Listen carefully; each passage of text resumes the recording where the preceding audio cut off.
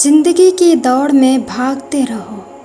اگر تمہارے سامنے کوئی منزل نہ ہو تب بھی بھاگتے رہو۔ فاصلوں کی فکر مت کرو، رک جانا انسانوں کا شیوا نہیں۔ چلتے رہو لیکن وہاں نہیں جہاں تمہیں اپنے خوف کی وجہ سے کوئی قدم اٹھانا پڑے۔ اور اگر تم ہارے ہوئے لوگوں کی صحبت اختیار کر لو تو تم بھی زندگی کی دوڑ میں ہار جاؤ گے۔ گندے پانی کو صاف کرنے کا طریقہ یہ ہے کہ اس گندے پانی کو دریا میں واپس ڈال دیا جائے۔ یوں ہی بری عادات سے چھٹکارا حاصل کرنے کا طریقہ بھی یہی ہے کہ ان عادات کو واپس بھیجا جائے، یعنی اپنی فطرت میں تبدیلی لائی جائے۔ دھوکے باز لوگوں کے ساتھ برتاؤ کرتے وقت اپنے رازوں کو پوشیدہ رکھو۔ دوگلے لوگوں کے ساتھ پرسکون رہتے ہوئے عقل کا استعمال کر کے معاملہ کرو۔ اچھے اخلاق کے ساتھ مناسب بات کرو۔ صبر کرنا تمہاری شخصیت کو نکھارتا ہے۔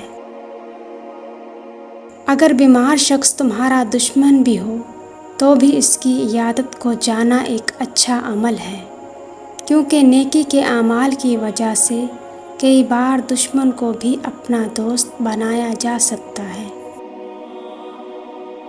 جو لوگ اللہ والوں کی صحبت میں بیٹھتے ہوں وہ کبھی بھی مشکلات یا بدقسمتی کا شکار نہیں ہو سکتے۔ اپنے محبوب کی بات کو سنو۔ جب تم اپنے محبوب کی اطاعت میں کامل ہو جاؤ تو تم اپنی ذات کو اس دنیا کے جھمیلوں سے آزاد کر پاؤ گے۔ اپنی ظاہری آنکھوں کو بند کر کے دل کی آنکھ سے دیکھنا شروع کرو۔ اپنے کمرے میں تنہائی کے ساتھ گزارا گیا تھوڑا سا وقت ان تمام معاملات سے بہتر ہے جو تم اس زندگی کی دوڑ میں حاصل کر پاؤ۔ جب کوئی شخص تمہارے لیے تحائف کو گن رہا ہو تو ایسے وقت میں ان تحائف کو یا اپنے ہاتھوں کو مت دیکھو، بلکہ اس بات پر توجہ دو کہ یہ تحائف دینے والا کون ہے۔ اپنی کوششوں کو جاری رکھو اور تمہاری ذات میں پوشیدہ خوشیاں آخر کار باہر آنے لگیں گی۔ تمہارے پاس علم و عقل کا خزانہ موجود ہے، پھر بھی تم چھوٹی چھوٹی مشکلات کا حل تلاش کرنے دوسروں کے پاس جاتے ہو۔ جسم کیا ہے؟ صبر اور برداشت۔ محبت کیا ہے؟ شکر گزاری۔ ہمارے سینوں میں کیا دفن ہے؟ خوشی اور قہقہے۔ اس کے علاوہ کیا؟ ہمدردی اور خلوص۔ جو تمہیں غلط لگے وہ کسی اور کے لیے صحیح بھی ہو سکتا ہے۔ جو شے تمہارے لیے زہر ہے وہ کسی اور کے لیے شہد کی مانند بھی ہو سکتی ہے۔ میں نے ایوب علیہ السلام کو ایک باپ کی مانند ہمدردی کے جذبات سے نوازا۔ ایسے جسم میں موجود کیڑوں کو کوئی نقصان نہیں پہنچایا جاتا۔ اگر تم میرے غم میں شریک ہو تو مجھے غم زدہ ہونے کی کیا ضرورت ہے؟ اے لوگو، اگر تم عبادات کی ظاہری طور پر ادائیگی سے آگے بڑھ کر اپنے خالق سے تعلق بنا لو جو کہ تمام خوبیوں کا سرچشمہ ہے تو تم لوگ اس دنیا میں رہتے ہوئے ہی جنت کے مزے لوٹنا شروع کر دو گے اور اپنی زندگی میں 400 آسانیاں ہی پاؤ گے۔ جب خود کو مصائب کے بھنور میں پھنسا ہوا پاؤ تو سمندر کی تہہ تک جانے کا راستہ نکالنے کی کوشش کرو۔ یہ ایک ایسی مؤثر دوا ہے جس کا حصول محض ان لوگوں کو ہوتا ہے جو درد کو اس کی انتہا پر جا کر برداشت کر لینے کی صلاحیت رکھتے ہوں۔ اگر حقیقی عشق کی تلاش ہے تو وہ صرف خدائے بزرگ و برتر کی ذات پاک سے کیا جانے والا لافانی عشق ہے۔ زوال پذیر ہونے والے حسن کے ساتھ محبت ہمیشہ عارضی ہوتی ہے۔ اے روح، اگر تمہیں زندگی کے رازوں کو جاننا ہے تو تمہیں شرم و حیا اور عزت نفس جیسے عناصر کو بھلا دینا ہوگا۔ تم اللہ سبحانہ و تعالیٰ کے چاہنے والے ہو، پھر بھی تمہیں اس بات کی پرواہ ہے کہ لوگ کیا کہیں گے۔ اگر میں نے خود کو تم سے الگ کیا تو میں پھول کی بجائے کانٹے کی مانند ہو جاؤں گا۔ جب فطرت کے دروازے کھلے ہوں تو خود کو قید کیوں رکھنا؟ ایک گناہگار شخص روٹی کھاتا ہے اور یہ روٹی اس کے اندر زہر، حسد اور بری خواہشات کو پیدا کر دیتی ہے۔ یہی روٹی ایک نیک اور باعمل شخص بھی کھاتے ہیں، لیکن اس کے لیے اللہ سبحانہ تعالیٰ کا خوف اور علم حاصل کرنے کے ذرائع پیدا کر دیتی ہے۔ ایک حقیقی شخص ہمیشہ اپنے پرانے جوتے اور جیکٹ کو دیکھتا رہتا ہے۔ روزانہ کی بنیاد پر وہ الماری کھول کر اپنے گھسے پیٹے جوتے اور کوٹ کو دیکھتا ہے۔ عقل کا تقاضا یہی ہے کہ انسان ہمیشہ اپنی اصل کو یاد رکھے، انا اور غرور کی وجہ سے خود کو برباد نہ کر ڈالے۔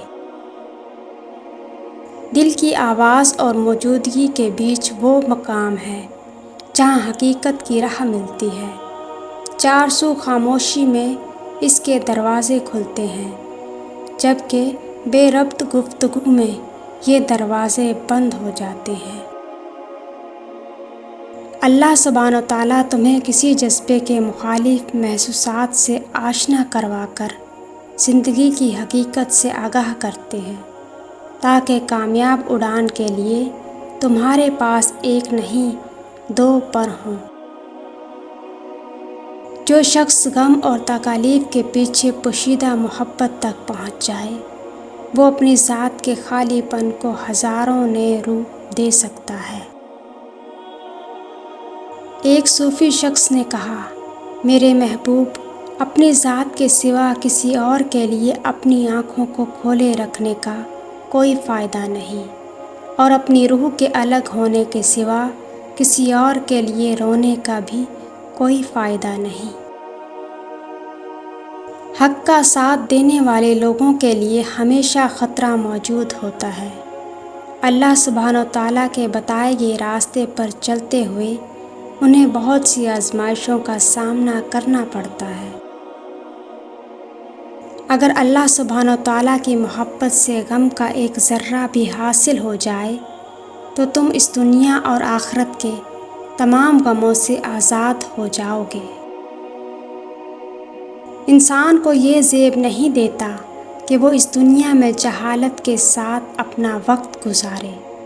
اسے اپنی موت کو ہمیشہ یاد رکھنا چاہیے۔ جو شخص بھی اس دنیا میں آئے، اس کی موت کہتی ہے، یاد رکھنا میں تمہارے پیچھے پیچھے آ رہی ہوں۔ جو شخص اللہ سبحانہ تعالیٰ کا خوف اپنے دل میں رکھتے ہوئے سیدھے راستے پہ چلتا ہو تو ایسے شخص سے تمام جن اور انسان ڈرا کرتے ہیں، اور جو بھی اسے دیکھے اس کے رعب و جلال کے اثر میں آ جاتا ہے۔ کسی شخص کو بھی حقارت کی نگاہ سے نہیں دیکھنا چاہیے۔ بعض اوقات ایک بڑا گنہگار اتنے خلوص اور سچے دل کے ساتھ توبہ کرتا ہے کہ تمام برے کاموں پر اس کی توبہ بھاری پڑتی ہے، اور نتیجے میں ہمیں پتہ بھی نہیں چل پاتا اور وہ کہاں سے کہاں جا پہنچتا ہے۔ اگر میں ایک بد اخلاق عورت کے رویے کو صبر و تحمل سے برداشت نہیں کر سکتا تو صبر کا یہ شعر مجھے اس دنیا کے معاملات میں خندہ پیشانی کے ساتھ برتاؤ کیسے کرنے دے گا۔ میں اس بیوقوف عورت کو پیدا کردہ مشکلات کو محض اللہ سبحانہ تعالیٰ کی خوشندی کی خاطر مجاہدے کے طور پر برداشت کرتا ہوں، اور ایک مرد ہونے کے ناطے مجھ میں تکبر پیدا ہوتا ہے۔